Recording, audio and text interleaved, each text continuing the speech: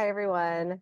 Welcome back to the Age Interrupted podcast. I'm your host, Jill White, functional pharmacist and certified personal trainer. I help women defy aging by learning to put on muscle by lifting weights and following a healthful, balanced nutrition plan for life. And it is something you do for the rest of your life, which can feel overwhelming at first. But what keeps muscle is what makes muscle. So what I propose and what I work with my clients on is a lifestyle. So how do we do that? Maybe you're asking yourself. And I've been talking about my 5-step method, which is frameworks. We've already talked about the F, fasting with food, R being recovery, A being attitude, and M, muscle. So today is the 5th step, and I'm really excited about it. It is to eat. And I know I said in the muscle episode that it was my favorite to talk about, but I probably should have saved that for today because I love to eat. I'm an eater, which is why it is taking me going through this program for my hard work in the gym to show, because I typically always eat outside of a calorie deficit and haven't been able to get my frame exactly where I wanted it before, but I've dialed it in using my frameworks method. So I'm super excited as we go through time together to be seeing our progress together. You know, you've probably heard the old adage, you can't out-train a bad diet, and that is beyond true. But what's really interesting is that people that I work with, multiple, have told me, men and women alike, it's so much food. Once I get their macros dialed in, the protein, fat, and carbs, which we'll talk about in a moment, it's really a lot of food. The thing is, there's not wasted calories. There's not junk calories. It's a very nutrient dense food. So it feels like so much food. And it really is. Like the first several days, I just have to remind people to push through and to keep eating. And sometimes that means that they have a specific eating window. If someone comes to me and they really love to do intermittent fasting and they want to have a 14-hour, break period and a 10-hour eating window, we can make it work. I personally do 12 and 12, and typically, which doesn't seem like a very much of an intermittent fasting, but it's still giving my body at least a full 12 hours in between my last meal of the day, because I work out late in the evening. So usually I quit eating by 9 p.m.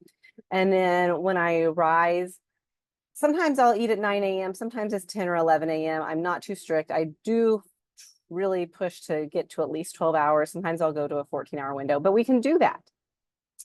Generally, I do program people to eat 4 times a day, which looks like 3 meals and 1 snack, which is a little different than some people who push either 6 times a day, like in bodybuilding style diets for people who are trying to put on muscle. But it's also very different than 1 or 2 meals a day for people who are doing much more of an intermittent fasting. Like I've mentioned before, this is a balanced lifestyle that we're working on.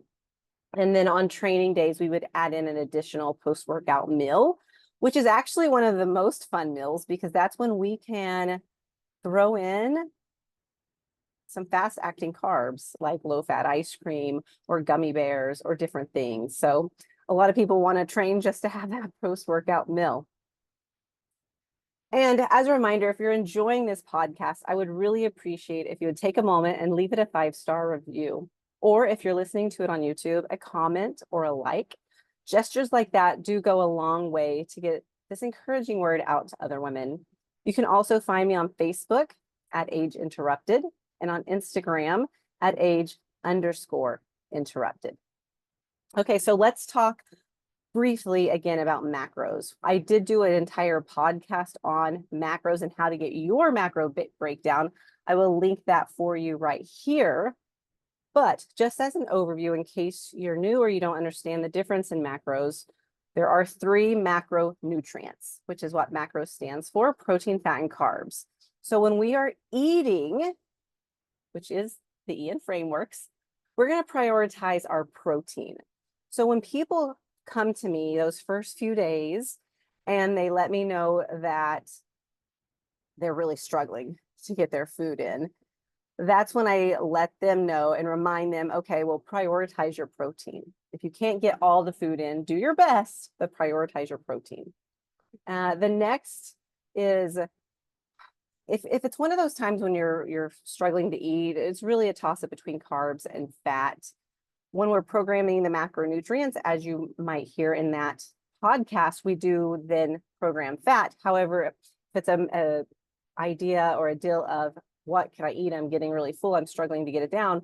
Honestly, we probably would go with carbs next because fat is such a dense nutrient, having 9 calories per gram, where carbs and protein only have 4 grams or 4 calories per gram. So we would focus prioritizing our fat and then our carbs because that's going to give us energy for our workouts. And it's also going to help build that muscle by improving our glycogen stores.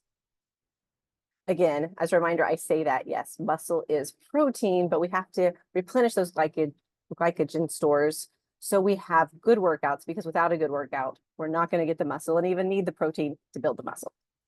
But anyways, so a good example of working through this type of balanced lifestyle, this nutrition lifestyle where we are eating, we have to eat, we are not eating 1,200 calories a day. We're not eating 1,300 calories a day. We're mostly not even eating 1,400 or 1,500 calories a day when you start working with me. It does depend on many factors. It depends on your starting weight. It depends on your goal weight. Mostly your starting weight. I'll watch the macronutrient video and you'll understand more why. But we're eating. And like I said, a lot of times more than people are used to as far as volume of food. It's not going to be more calories. You're still going to be in a calorie deficit, which is how you're losing fat while you're building muscle. It's high protein, so we're building muscle, but it's a calorie deficit, meaning we're not eating as many calories as we're using. So we will continue to lose fat. It'll just feel like a lot of food because it is nutrient dense. And so it's a high volume of food because we are having our vegetables in there as well at our meals and also some fruit. So an example today why this balanced lifestyle is just amazing. I was running errands with my daughter today. And so while we were out at lunchtime, I had to find a place to eat. I'm given the choice of a slice of chicken and some salad, which would be amazing. Very healthy, have some fats, probably not healthy fats because it's salad dressing at a restaurant, but still could have had some protein and some vegetables, right, in a salad. Or I could have a gluten-free burger, gluten-free hamburger. Most people would look at those two options and some vegetables for the side. Most people look at those two options, and if they were trying to just eat healthy, would go for the salad. Yes, there are more micronutrients in that lettuce and other things, but like I said, probably had unhealthy fat in salad dressing, which I really try to stay away from. We want healthy cell membranes with healthy fats.